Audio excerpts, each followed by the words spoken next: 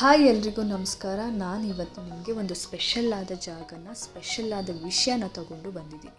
ಹೌದು, ಅದು ಏನು ಅಂತ ಕೇಳ್ತೀರಾ? ಬನ್ನಿ ನಾನು ಹೇಳ್ತೀನಿ.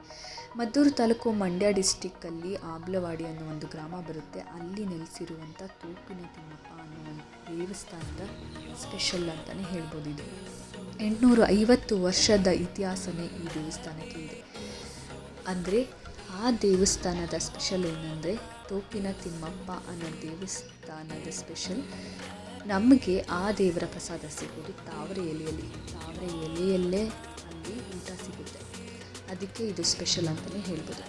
ಇನ್ನು ಪ್ರತಿ ವರ್ಷ ಎಲ್ಲ ಊರು ಹಳ್ಳಿಗಳಲ್ಲಿ ಹಬ್ಬ ಹೇಗೆ ನಡೆಯುತ್ತೋ ಹಾಗೆಯೇ ಇಲ್ಲಿ ಪ್ರತಿ ವರ್ಷ ಆಷಾಢ ಮಾಸದಲ್ಲಿ ಈ ಹಬ್ಬ ನಡೆಯುತ್ತೆ.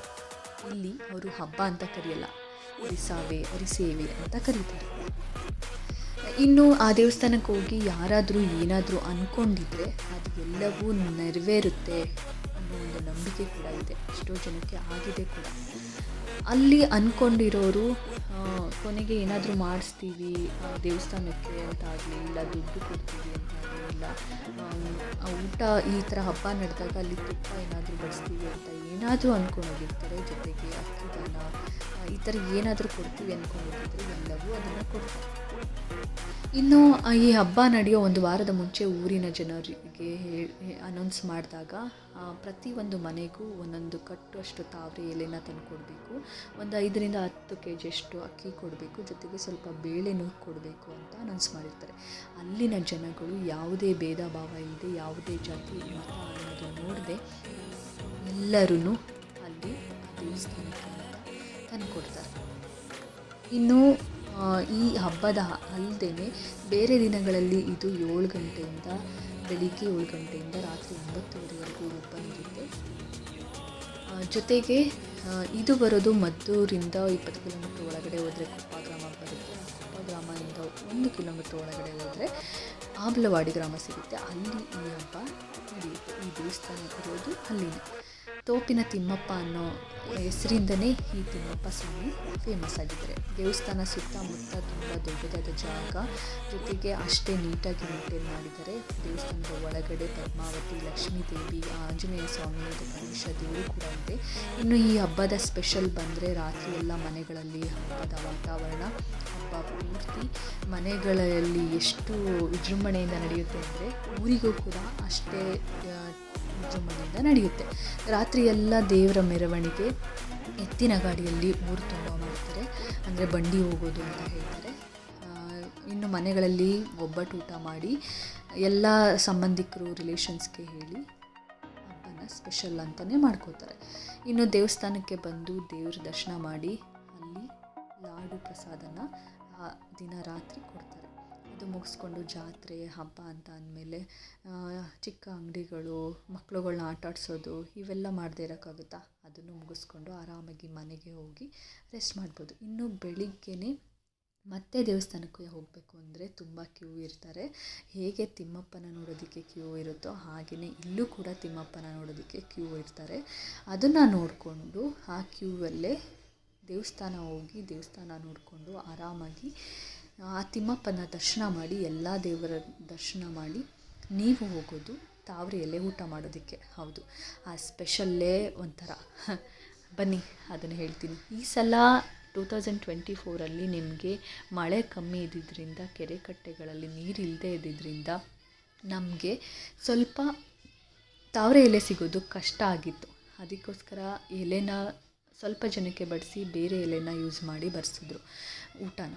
ಆದರೆ ಇಲ್ಲಿ ಪ್ರತಿ ವರ್ಷವೂ ಎಲ್ಲ ಭಕ್ತಾದಿಗಳಿಗೂ ತಾವರೆ ಎಲೆಯಲ್ಲೇ ಊಟ ಕೊಡಬೇಕು ಅನ್ನೋದು ಕೂಡ ಇದೆ.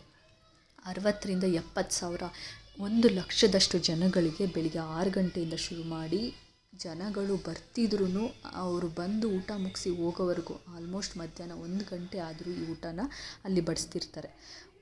ಇನ್ನು ರಾತ್ರಿ ಎಲ್ಲ ಉತ್ಸವ ಮೂರ್ತಿನೂ ಕೂಡ ರೆಡಿ ಮಾಡಿರ್ತಾರೆ, ಅದು ಕೂಡ ನಡೆಯುತ್ತೆ. ಅದಾದಮೇಲೆ ಬೆಳಿಗ್ಗೆ ಯಾವುದೇ ಭೇದ ಭಾವ ಇಲ್ಲದೆ ಎಲ್ಲರೂ ಭಾಗವಹಿಸಿ ಆ ಊರಿನ ಜನರುಗಳು ಅಲ್ಲಿನ ಬರೋ ಭಕ್ತಾದಿಗಳಿಗೆ, ಸುತ್ತಮುತ್ತ ಹಳ್ಳಿಯವರು, ಗ್ರಾಮದವರು, ಹೊರಗಡೆಯಿಂದ ಬರೋ ಜನಗಳಿಗೆಲ್ಲರಿಗೂ ಆ ಊಟನ ಬಡಿಸ್ತಾರೆ. ಆ ಊಟನ ತಾವರೆ ಎಲೆಯಲ್ಲೇ ಮಾಡಬೇಕು ಅನ್ನೋ ಒಂದು ಪ್ರತೀತಿ ಇದೆ. ಅದು ಹಬ್ಬದ ಸ್ಪೆಷಲ್ಲೇ ಅದು. ಇನ್ನು ಅಲ್ಲಿ ಸಾಂಬಾರು ಯಾವುದೇ ತರಕಾರಿ ಇಲ್ಲದೆ ಬರೀ ಬೇಳೆ ಧನ್ಯ ಹಾಕಿ ಮಾಡಿರುವಂಥ ಸಾಂಬಾರು ಅಂತಲೇ ಹೇಳ್ಬೋದು.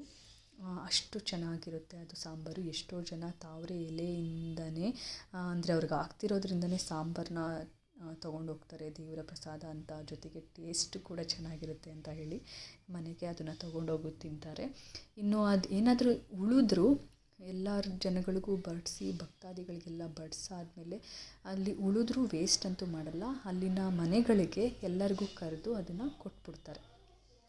ಇನ್ನು ನಾನು ಹಾಗೆ ಅಂದ್ಕೊಂಡು ಹೋಗಿದ್ದೆ, ಆದರೆ ಈ ಸಲ ಕಮ್ಮಿ ಇದ್ದಿದ್ದರಿಂದ ತಾವರೆ ಎಲೆ ಬೇರೆಯವರಿಗೆಲ್ಲರಿಗೂ ಬೇರೆ ಎಲೆ ಸಿಕ್ಕಿತ್ತು. ಆದರೆ ಆ ತಿಮ್ಮಪ್ಪನ ಅನುಗ್ರಹ ಅನಿಸುತ್ತೆ, ನನಗೆ ತಾವರೆ ಎಲೆಯಲ್ಲೇ ಊಟ ಸಿಕ್ತು. ಮೊದಲು ಬೇರೆ ಎಲೆಯಲ್ಲೇ ಸಿಕ್ತು, ಇಸ್ತ್ರಿ ಎಲೆಯಲ್ಲಿ ಸಿಕ್ತು. ಆದರೆ ಕೊನೆಗೆ ಆ ದೇವರ ಮೇಲೆ ಒಂದು ನಂಬಿಕೆ ಇಟ್ಟೆ, ನನಗೆ ತಾವರೆ ಎಲೆಯಲ್ಲೇ ಊಟ ಸಿಕ್ತು. ನೀವು ನೋಡ್ತಿರ್ಬೋದು, ಅದು ತಿನ್ನೋದಕ್ಕೆ ಒಂದು ಖುಷಿ, ತಾವರೆ ಎಲೆಯಲ್ಲಿ ತಿನ್ನೋದಕ್ಕೆ.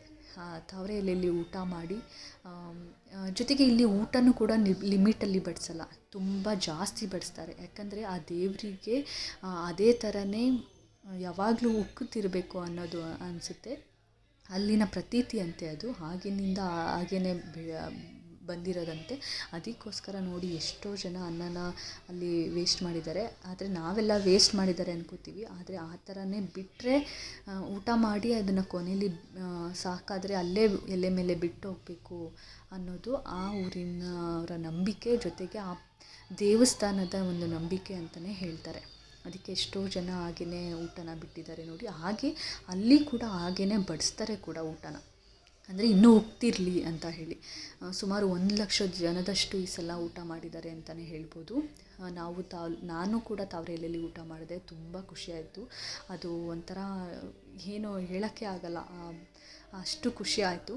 ಅದನ್ನು ಊಟ ಮುಗಿಸ್ಕೊಂಡು ಆರಾಮಾಗಿ ಮತ್ತೆ ಇನ್ನೊಂದು ಸಲ ಜಾತ್ರೆನ ನೋಡಿ ಎಂಜಾಯ್ ಮಾಡಿಕೊಂಡು ದೇವಸ್ಥಾನನ ನೋಡಿ ಊರಿಗೆ ಹೋದ್ವಿ. ಹಾಗೆ ನೀವು ಎಲ್ರಿಗೂ ಇದು ತುಂಬ ಇಷ್ಟ ಆಗುತ್ತೆ. ನೀವು ಯಾರ್ಯಾರು ನೋಡ್ತಿದ್ದೀರಾ ಈ ವಿಡಿಯೋನ ಬೇರೆಯವರಿಗೂ ಶೇರ್ ಮಾಡಿ. ಮುಂದಿನ ವರ್ಷ ಈ ಥರ ಹಬ್ಬ ಆದಾಗ ಡಿಸ್ಕ್ರಿಪ್ಷನ್ನಲ್ಲಿ ಅಡ್ರೆಸ್ನ ಮೆನ್ಷನ್ ಮಾಡಿರ್ತೀನಿ. ಒಂದು ಸಲ ದೇವಸ್ಥಾನಕ್ಕೆ ಭೇಟಿ ಮಾಡಿ, ಎಲ್ರಿಗೂ ತುಂಬ ಖುಷಿ ಕೊಡುತ್ತೆ. ಜೊತೆಗೆ ತಾವರೆ ಎಲೆಯಲ್ಲಿ ಕೂಡ ಊಟ ಮಾಡಿ ಒಂದು ಸಲ ಚೆನ್ನಾಗಿರುತ್ತೆ. ಅಷ್ಟೇ ಅಲ್ಲ, ದೇವ್ರ ಮೇಲೆ ನಂಬಿಕೆ ಇಟ್ಟರೆ ಎಲ್ಲವೂ ಸಾಧ್ಯ ಅಂತ ಹೇಳ್ತೀನಿ. Thank you.